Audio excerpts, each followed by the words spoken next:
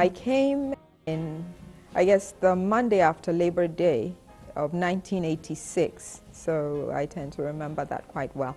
And Dr. Webb was the Dean of Arts and Sciences. He was the one that offered me the position.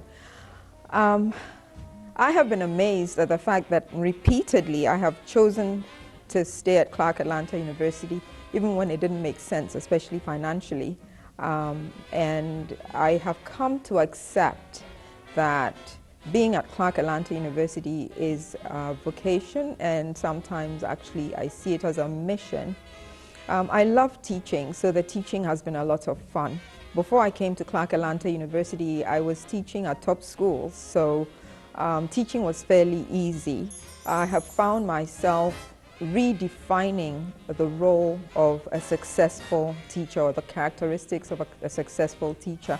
It's not just someone who spews out information and leaves, but rather a teacher that is able to meet the student where they are and enable them to learn adequately, regardless of their background. So it has been a huge challenge, and it's also been very rewarding seeing the transformation in the students, especially when we had them, and the few that we have been privileged to have come back for one reason or another.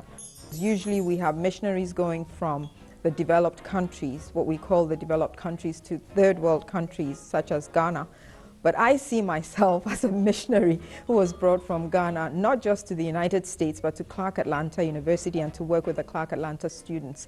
And so it's been a blessing for me and a privilege. Nonetheless, it's been very rewarding, and I've been very happy in the years that I've spent here. Growing up, my mother kept pounding in our heads, anything worth doing is worth doing well. And so I tell my students that all the time. That whatever they find to do, that they should do it properly, willingly, and from the heart. And my mother was the one who kept drumming it into our heads when we were younger.